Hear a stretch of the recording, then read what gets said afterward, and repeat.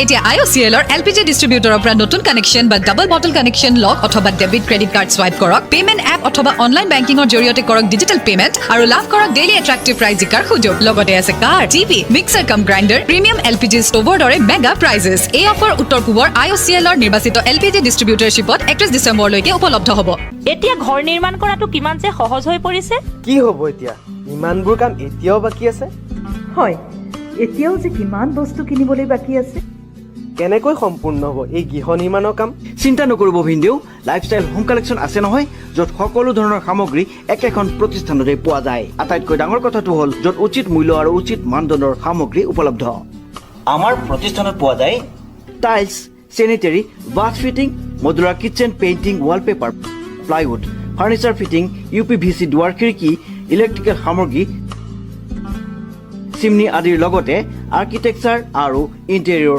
সুবিধাও গোটেই মিস্ত্ৰীও তাতে পাব আপোনাৰ সপোন সফল হোৱাৰ একমাত্ৰ প্ৰতিষ্ঠান লাইফষ্টাইল হোম কালেকশ্যনত বাজাৰ 99 যোৰহাট চহৰত সংযোজন ঘটিল এটি ব্যৱসায়িক প্ৰতিষ্ঠান নাম যাৰ বাজাৰ 99 য'ত পাব সকলো সামগ্ৰী মাত্ৰ 99 টকাত গতিকে আজিয়ে আহক আমাৰ বিপণীলৈ আৰু লৈ যাওক আপোনাৰ পৰিয়াল আৰু ঘৰখনৰ বাবে প্ৰয়োজনীয় সামগ্ৰীসমূহ আমাৰ ঠিকনা বাজাৰ 99 first floor Hyder tower old Balibat Jorhat আমাৰ ফোন নম্বৰ 7002514120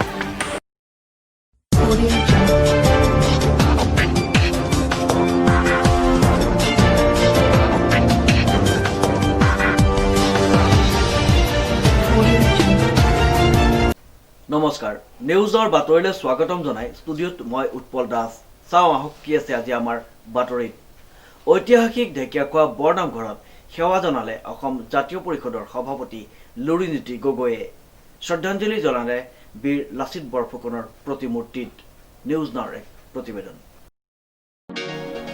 অসম জাতীয় পৰিষদৰ সভাপতি যুৱ নেতা লুৰিণজ্যোতি গগৈ দলীয় কেইবাগৰাকীও বিষয়ববীয়াৰ সৈতে আজি তিয়কৰ মহাপুৰুষ মাধৱদেৱ প্ৰতিষ্ঠিত ঐতিহাসিক ঢেকীয়াখোৱা বৰনামঘৰত উপস্থিত হৈ সেৱা জনায় তাৰ পাছতেই লাডৈগড়স্থিত ঐতিহাসিক বীৰ লাচিত মৈদামত আহোমৰ পৰম্পৰাগত ৰীতি নীতিৰে মৈদাম তৰ্পণৰ লগতে বীৰজনাৰ প্ৰতিমূৰ্তিত বন্তি প্ৰজ্বলন কৰি শ্ৰদ্ধাঞ্জলি জ্ঞাপন কৰে লাচিত মৈদামৰ প্ৰাংগণৰ পৰাই বীৰজনাৰ আদৰ্শৰে অনাগত দিনত আগবাঢ়ি অসমখনক সদায় সুৰক্ষা প্ৰদান ক্ষেত্ৰত কাম কৰি যাব বুলি মন্তব্য কৰে গুৰুজনাৰ আদৰ্শ আগত লৈ জাতি ধৰ্ম বৰ্ণ নিৰ্বিশেষে সকলোকে একত্ৰিত কৰি বৰ অসম গঢ়িবলৈ প্ৰতিজন অসমবাসী ৰাইজক অসম জাতীয় পৰিষদত যোগদান কৰিবলৈ আহ্বান জনায় উল্লেখযোগ্য যে অনাগত 21ৰ নিৰ্বাচনত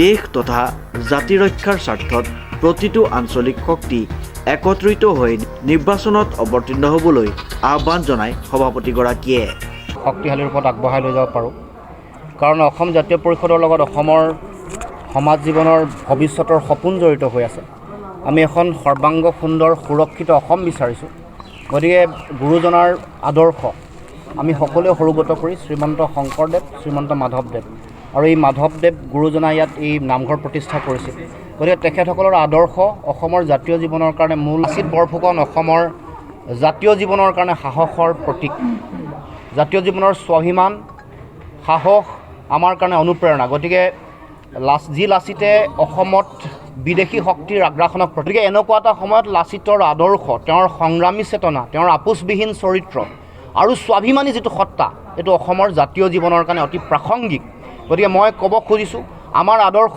অসম জাতীয় পৰিষদৰ আদৰ্শ লাচিতৰ আদৰ্শ আপোচবিহীন স্বাভিমানী জাতীয় সত্তা জাতীয় চিন্তা দেশ প্ৰথম অসম প্ৰথম তাৰ পাছত জননী জন্মভূমি যিহেতু স্বৰ্গদপী গৰীয়সী বুলি কৈছে গতিকে জননীৰ সেৱা পূজা অৰ্চনা এইটো মূল কথা ইয়াৰ কাৰণে ক্ষুদ্ৰ ৰাজনৈতিক স্বাৰ্থ আমাৰ কাৰণে কেতিয়াও মূল বিষয় নহয় অসম আমাৰ স্বাভিমানেৰে যিসমূহ ৰাজনৈতিক দলে ৰাষ্ট্ৰীয় ৰাজনৈতিক দলৰ বুকুচাত উঠি তেওঁলোকৰ অক্সিজেন লৈ নিজকে তেওঁলোকে জাতীয়তাবাদৰ নামৰ এটা মানে মুখা পিন্ধি তেওঁলোকে যি কাম কাজ কৰিছে তেওঁলোকৰ লগত চামিল নোহোৱাকৈ যিবোৰ স্বাভিমানী আঞ্চলিক ৰাজনৈতিক শক্তি আছে প্ৰতিটো ৰাজনৈতিক শক্তিৰ লগত ঐক্যবদ্ধভাৱে আমি ৰাজনৈতিক যাত্ৰা অব্যাহত ৰাখিম। এইটো স্পষ্টকৈ টিয়কৰ পৰা মাধুৰ্য বৰাৰ ৰিপৰ্ট, নিউজ নাও 24/7। যোৰহাট জিলাৰ জনসংখ্যা সমাধান ফাউণ্ডেশ্যনৰ উদ্যোগত আয়োজন কৰা হয় এখনি সংবাদমেলৰ, নিউজ নাওৰ এক ৰিপৰ্ট। যোৰহাট জিলা জনসংখ্যা সমাধান ফাউণ্ডেশ্যনৰ উদ্যোগত অনুষ্ঠিত হৈ যায় এখনি সংবাদমেল। যোৰহাট প্ৰেছ ক্লাবত অনুষ্ঠিত হোৱা উক্ত সংবাদমেলত ভাৰতত যি দ্ৰুত হাৰত জনসংখ্যা বৃদ্ধি হৈছে সেই বিষয়ত সজাগতা সৃষ্টিৰ বাবে উক্ত সংবাদমেল আয়োজন কৰে। শক্তিশালী আৰু বিশ্বগুৰু অখণ্ড ভাৰত ৰাষ্ট্ৰৰ বাবে জনসংখ্যা ৰোধ কৰিবলৈ কঠোৰ জনসংখ্যা আইন প্ৰণয়ন কৰিবলৈ দাবী জনায় উক্ত সংবাদমেলত। ভাৰতৰ প্ৰধানমন্ত্ৰী নৰেন্দ্ৰ মোদীৰ মন কী বাতৰ বাবে 1180117800 এটাকৈ মিছ কল দি প্ৰধানমন্ত্ৰীৰ মাজত সজাগতা সৃষ্টিৰ বাবে মন আকৃষ্ট কৰিবলৈ অনুৰোধ জনায়। যোৰহাটৰ প্ৰেছ ক্লাবত অনুষ্ঠিত হোৱা উক্ত অনুষ্ঠানত বিশিষ্ট অতিথি হিচাপে উপস্থিত থাকে বিশিষ্ট লেখক হেমচন্দ্ৰ গোস্বামী, লগতে কেইবাগৰাকীও গণ্যমান্য ব্যক্তি। জনসংখ্যা সমাধান ফাউণ্ডেশ্যন অসম প্ৰান্তৰ তৰফৰ পৰা আজি আমি মাননীয় প্ৰধানমন্ত্ৰী নৰেন্দ্ৰ মোদী ডাঙৰীয়াৰ জনপ্ৰিয় অনুষ্ঠান মন কী বাতত আমি দাবী জনাব বিচাৰিছোঁ যে জনসংখ্যাৰ যি জনবিস্ফোৰণ চলিছে সেই জনবিস্ফোৰণৰ বিৰুদ্ধে আৰু ৰাইজক সজাগ কৰাৰ উদ্দেশ্যে মাননীয় প্ৰধানমন্ত্ৰী নৰেন্দ্ৰ মোদী ডাঙৰীয়াক 1800-117-800 নম্বৰত কল কৰি সদৌ অসমবাসীয়ে অহা কালিলৈ ভিতৰত ফোন কৰি নেক্সট প্ৰগ্ৰেমটোত যাতে মন কী বাতত এই জনবিস্ফোৰণ অনুষ্ঠানটোৱে ঠাই পায় তাৰ কাৰণে আমি দাবী জনাই আজি সংবাদমেল আয়োজন কৰা হৈছিলে। কংকনজ্যোতি শৰ্মাৰ ৰিপৰ্ট, নিউজ নাও 24/7। সত্ৰনগৰী মাজুলীত পথ নিৰ্মাণত ব্যাপক দুৰ্নীতিৰ অভিযোগ, নিউজ নাওৰ এক ৰিপৰ্ট। সত্ৰনগৰী মাজুলীত পথ নিৰ্মাণত ব্যাপক দুৰ্নীতিৰ অভিযোগ। উল্লেখযোগ্য যে মাজুলী কমলাবাৰীত নিৰ্মাণ হৈ থকা এটি পথ দুদিনতে চপৰাচপৰে খহি পৰিছে। ৰাইজে অভিযোগ কৰা মতে ঠিকাদাৰে নিম্নমানৰ সামগ্ৰী ব্যৱহাৰ কৰাৰ লগতে পুৰণি ৰাস্তাৰ ওপৰতে পুনৰ আলকাটাৰা ঢালি দি কাম সামৰিছে। ৰাস্তাৰ নিৰ্মাণত বেমেজালি হোৱাৰ গম পাই ৰাইজে খান্দি পেলাই দিয়ে ৰাস্তাত ব্যৱহাৰ কৰা আলকাটাৰা আৰু অন্যান্য সামগ্ৰীসমূহ। নতুনকৈ বনোৱাৰ নিৰ্দেশ দিয়ে ৰাইজৰ লগতে মাজুলী মহাবিদ্যালয়ৰ ছাত্ৰসকলে। ৰাস্তাটো সম্পূৰ্ণ বেমেজালি হৈছে। ৰাস্তাটো কালি বনাইছে, এতিয়া এই কলমটোৰে আঁচ মাৰি দিছোঁ, কলমটোৰে আঁচ মাৰি দিওঁ ৰাস্তা গোটেই এখন উঠি গৈছে। আৰু মটৰচাইকেল ব্ৰেক মৰাটোতো পিছৰে কথা, সম্পূৰ্ণ বেমেজালি হৈছে। ঠিকাদাৰে পইচা খাওক, এইটো অলপ পইচা খাবই, কিন্তু ইমানো বেমেজালি আমি সহ্য নহয়। তাৰ কাৰণে গোটেই ৰাস্তা পুনৰ নিৰ্মাণ আৰম্ভ হৈ গৈছে। 9টামান বজাত এই ৰাস্তাটো বনাই থৈ গৈছিলে, কিন্তু আজি আমাৰ কলেজৰ ল'ৰা ছোৱালীবিলাক আহি দেখিছোঁ যে বাইকখন গ'লে এখাই গুচি গৈছে। মানে যিটো শিলৰ লগত যিটো বালি মিক্স হৈ থাকে, সেই বালিটো চালি নলোৱাকৈ সেই শিলৰ লগত আলকেটাৰ পৰা লগাই পেলাই জাষ্ট ওপৰৰ দুলাখন চলাই থৈ গুচি গ'ল। আৰু যাৰ বাবে আমি কলমটো এনেকৈ দাগটো দিলেও এখাই গুচি আহিছে। উন্নয়নৰ এইটো একদম সুফলা স্বৰূপ বুলি কয়। আৰু ঠিকাদাৰে নমুনা ভিত্তিক কাম কৰিছে, আৰু বালিৰ লগত এনে সান্দৰ মিহলাই দি থৈ গৈছে। আৰু মহাবিদ্যালয়টো হাজাৰ হাজাৰ ষ্টুডেণ্ট অহা যোৱা কৰি থাকে ডেইলি, সদায় এইটো এটা ব্যস্ত ৰাস্তা। আৰু তাৰ মাজত এনেকুৱা এটা উন্নয়নৰ এনেকুৱা এটা দুৰ্নীতি ৰাস্তা কাম কৰিছে, এইটো ভাল হোৱা নাই।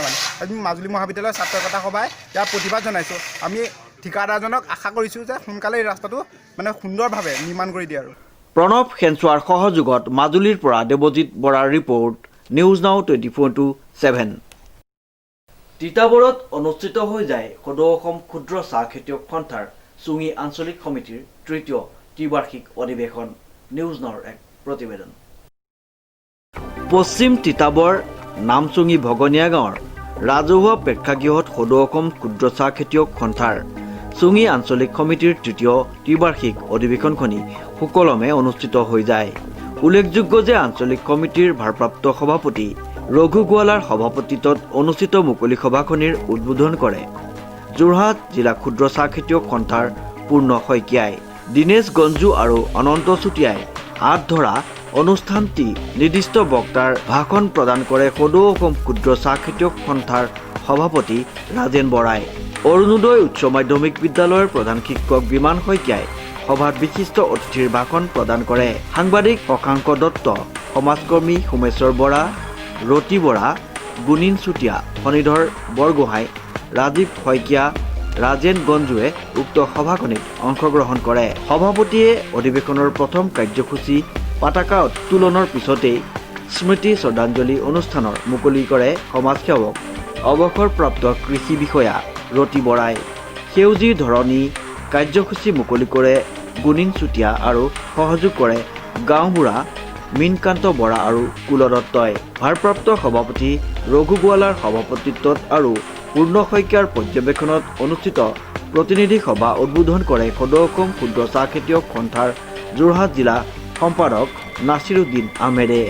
উল্লেখযোগ্য যে আগন্তুক দুবছৰৰ কাৰ্যকালৰ বাবে অনন্ত চুতীয়াক সভাপতি আৰু দীনেশ গঞ্জুক সম্পাদক হিচাপে নিৰ্বাচিত কৰা হয়। সুন্দৰ বাঁহীবাদক অমৃত শইকীয়া, ফুটবল খেলৰ ৰেফাৰী পবিত্ৰ শইকীয়া আৰু আদৰ্শ কৃষক ৰাজীৱ শইকীয়াক সন্থাৰ তৰফৰ পৰা সম্বৰ্ধনা জনোৱা হয়। তদুপৰি আঞ্চলিক কৃতি ছাত্ৰ ছাত্ৰীসকলক সম্বৰ্ধনা জনোৱা হয়।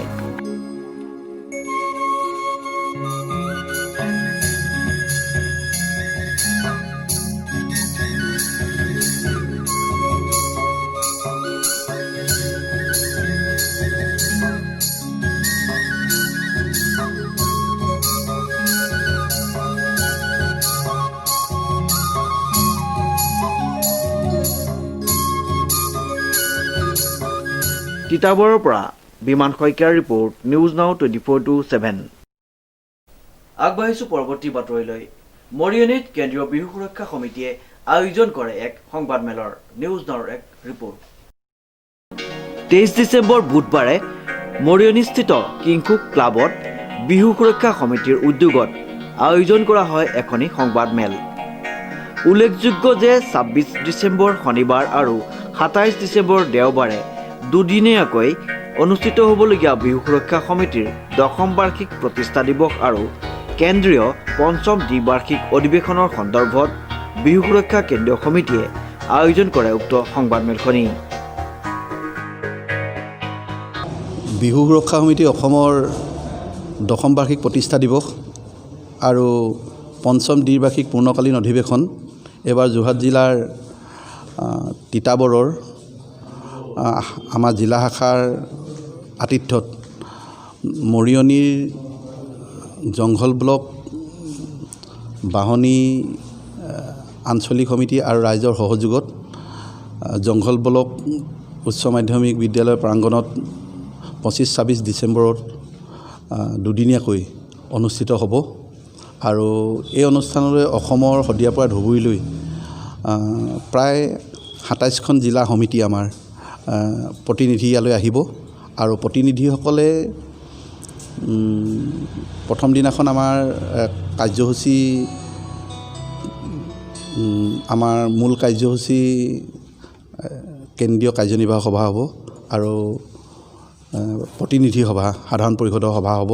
এইবাৰ সাধাৰণ পৰিষদৰ সভাত আমাৰ কেন্দ্ৰীয় সমিতি নতুনকৈ পুৰণা সমিতি ভংগ কৰি নতুন সমিতি গঠন হ'ব। আৰু দ্বিতীয় দিনাখন পুৱাতেই আমাৰ কাৰ্যসূচী অনুসৰি আমাৰ পতাকা উত্তোলন হ'ব, স্মৃতি তৰ্পণ হ'ব, বৃক্ষৰোপণ কাৰ্যসূচী আছে, মূল লোক সংস্কৃতি সমাৰোহ হ'ব আৰু মূল কাৰ্যসূচী হিচাপে মুকলি সভা অনুষ্ঠিত হ'ব। এইবাৰ আমি এইখিনি কাৰ্যসূচীয়ে মূলতঃ লৈছোঁ। মৰিয়নীৰ পৰা দীপকজোন দত্তৰ ৰিপৰ্ট, নিউজ নাও 24/7। ভাওনাৰ সাজত উত্তেজক নৃত্য প্ৰদৰ্শন কৰি ফুচুৰি কৰাৰ নামত ভাওনা সংস্কৃতিক চূড়ান্ত অপমান, নিউজ নাওৰ এক ৰিপৰ্ট। প্লেট কমেডি কৰাৰ নামত ভাওনা সংস্কৃতিক চূড়ান্ত অপমান। ভালদৰে চাওক এই ভিডিঅ'টো। ভাওনাৰ সাজ পৰিধান কৰি ৰেপ চঙত উদ্যম উত্তেজক নৃত্য।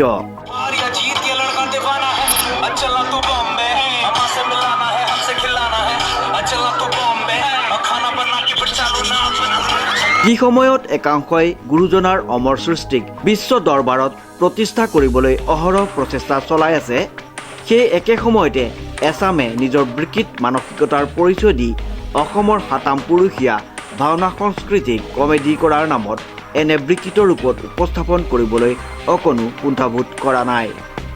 এতিয়া আপুনি এবাৰলৈ হ'লেও ভাবি চাওকচোন হাতামপুৰুষীয়া ভাওনা সংস্কৃতিক কমেডিৰ নামত এনে বিকৃত ৰূপত উপস্থাপন কৰাটো কিমান সমীচীন। কংকনজ্যোতি শৰ্মাৰ ৰিপৰ্ট, নিউজ নাও 20.27। তিতাবৰৰ নিবাসী প্ৰবীণ কমিউনিষ্ট নেতা কৰ্মেদ কুল দাসৰ পৰলোক প্ৰাপ্তি।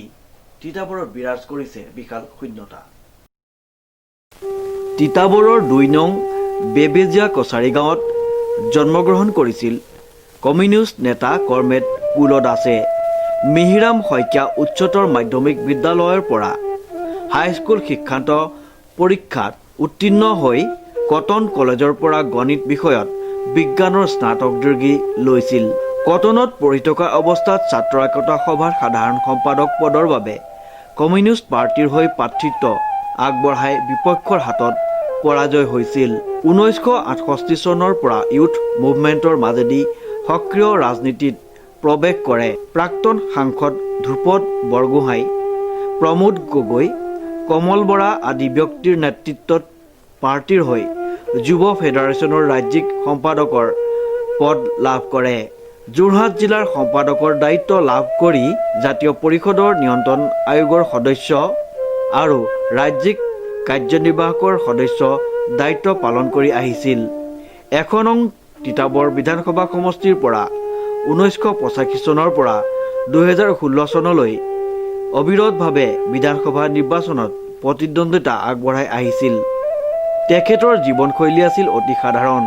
শিক্ষাক অতি অগ্ৰাধিকাৰ দিয়া কুল দাসে উৰেটো জীৱন বাস কৰিছিল এটা ভগা প্ৰজাত। অসমৰ বিভিন্ন বাতৰি কাকতত কমিউনিষ্ট মতাদৰ্শৰ লেখা লিখি আহিছিল। উল্লেখযোগ্য যে উক্ত বাতৰি কাকতসমূহে তেখেতলৈ আগবঢ়োৱা মাননীটো তেখেতে গ্ৰহণ কৰা নাছিল। পাৰ্টিৰ হৈ ছোভিয়েট ইউনিয়ন, মস্কোৰ লগতে বাৰ্লিন ইউথ ফেষ্টিভেলত অংশগ্ৰহণ কৰিছিল প্ৰয়াত কুল দাসে। আজি আচলতে আমাৰ কাৰণে অতি দুখৰ দিন। ভাৰতৰ কমিউনিষ্ট পাৰ্টি এজন প্ৰবীণ কমৰেড ৰাষ্ট্ৰীয় পৰিষদৰ সদস্য আছিল তেখেত কমৰেড কুল দাস। তেখেতে পাৰ্টি আমাৰ যিটো কণ্ট্ৰল কমিশ্যন, ৰাষ্ট্ৰীয় যিটো কণ্ট্ৰল কমিশ্যনো তেখেত সদস্য আছিল। তেখেতৰ বিয়োগত আমি পাৰ্টীয়ে অতি মৰ্মাহত হৈছোঁ। তেখেতৰ বিয়োগত আমি প্ৰকাশ কৰিছোঁ।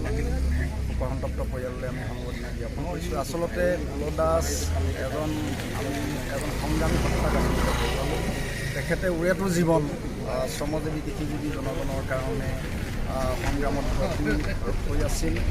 তেখেতে আচলতে কমিউনিষ্ট আন্দোলনৰ লগত নিখিল ভাৰত যুৱ ফেডাৰেশ্যন বুলি কয়, যিটো অল ইণ্ডিয়া ইউথ ফেডাৰেশ্যনৰ জৰিয়তে তেখেত জড়িত হৈছিল। আৰু পিছলৈ তেখেত নিখিল ভাৰত কৃষক সভাৰ জৰিয়তে গোটেই ৰাজ্যখনৰ বা যোৰহাটৰ বা তিতাবৰৰ যি কৃষক জনগণৰ কাৰণে যিটো মাটি দখল আন্দোলনত তেওঁ জড়িত হৈছিল। প্ৰায়বিলাক সংগ্ৰামতেই আচলতে ভাৰতৰ কমিউনিষ্ট পাৰ্টি আৰু নিখিল ভাৰত কৃষক সভাৰ উদ্যোগত যিবিলাক সংগঠিত হৈছিল, ইয়াতেই নেতৃত্ব বহন কৰিছিল কমৰেড কুল দাসে। গতিকে তেখেতৰ বিয়োগত আমাৰ পাৰ্টিৰ কাৰণে অপূৰণীয় ক্ষতি হ'ল, শ্ৰমজীৱী কৃষিজীৱী জনগণৰ কাৰণে অপূৰণীয় ক্ষতি হ'ল। তিতাবৰৰ পৰা বিমান শইকীয়াৰ ৰিপৰ্ট, নিউজ নাও 24/7। শিৱসাগৰৰ সৰ্বৰোহী ব্যক্তি আজাদ মহম্মদৰ মৃত্যুত শিৱসাগৰত অনুষ্ঠিত হৈ যায় এখনি সৰ্বধৰ্মীয় প্ৰাৰ্থনা সভা। নিউজ নাওৰে ৰিপৰ্ট। শিৱসাগৰ থানামুখ পুৰণা চক বজাৰ পথৰ সৰ্বৰোহী ব্যক্তি আজাদ মহম্মদ ওৰফে ভাইজানৰ মৃত্যুত শোকসন্তপ্ত অঞ্চলবাসীৰ সৰ্বধৰ্মীয় প্ৰাৰ্থনা সভা। মানুহে মানুহৰ বাবে ক্ষুধাকণ্ঠ ডক্টৰ ভূপেন হাজৰিকাৰ কালজয়ী গীতৰ কথাৰে আজাদ মহম্মদ ওৰফে ভাইজানে চিনি নাপাইছিল ধনী দুখীয়া, উচ্চ নিচ, হিন্দু মুছলমান সকলোৰে সুখ দুখৰ খবৰ লোৱা, বিপদত পৰিলে উদ্ধাৰ কৰা, অসুবিধাত পৰিলে সহায় কৰাই আছিল তেওঁৰ একমাত্ৰ ধৰ্ম। সকলোৰে পৰিচিত, সকলোৰে মৰমৰ মানুহজনৰ মৃত্যুত অঞ্চলবাসীৰ মাজত দেখা যায় শোকৰ ছাঁ। সকলোৰে আপোন মানুহজনলৈ কৃতজ্ঞতা প্ৰকাশ কৰি অঞ্চলবাসী ৰাইজে দেওবাৰে সন্ধিয়া আয়োজন কৰে সৰ্বধৰ্মীয় প্ৰাৰ্থনা সভাত। অংশগ্ৰহণ কৰি অঞ্চলটোৰ হিন্দু মুছলমান সকলো ৰাইজে মৰমৰ ভাইজানলৈ জনালে শেষ শ্ৰদ্ধাঞ্জলি। 1956 চনৰ 8 জুলাইত জন্মগ্ৰহণ কৰা আৰু 2020 চনৰ 2 ডিচেম্বৰত মৃত্যুক আঁকোৱালি লোৱা আজাদ মহম্মদে নামতি শ্বহীদ পিয়লি ফুকন কলেজৰ অৱসৰপ্ৰাপ্ত পুথিভঁৰালী পত্নী আৰু এজন পুত্ৰ ইহ সংসাৰত এৰি থৈ যায়। আজাদ মহম্মদক আমি ভিন্দৌ বুলি মাতিছিলোঁ আৰু আজাদ মহম্মদ আচলতে প্ৰকৃত অৰ্থত এজন ধৰ্মনিৰপেক্ষ ব্যক্তি আছিল।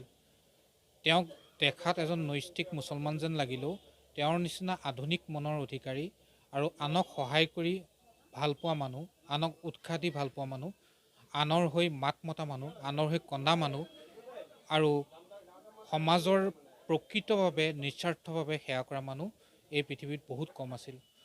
আজাদ মহম্মদৰ গোটেই পৰিয়ালটো ইমানেই বেছি আধুনিক মনৰ অধিকাৰী আছিল আৰু ইমানেই বেছি ধৰ্মনিৰপেক্ষ আছিল, আমাৰ দৰে ব্যক্তিসকলে তেওঁৰ ঘৰত প্ৰায়ে আমি একোৱে গম পোৱা নাছিলোঁ। কংকনজ্যোতি শৰ্মাৰ ৰিপৰ্ট, নিউজ নাও 24/7।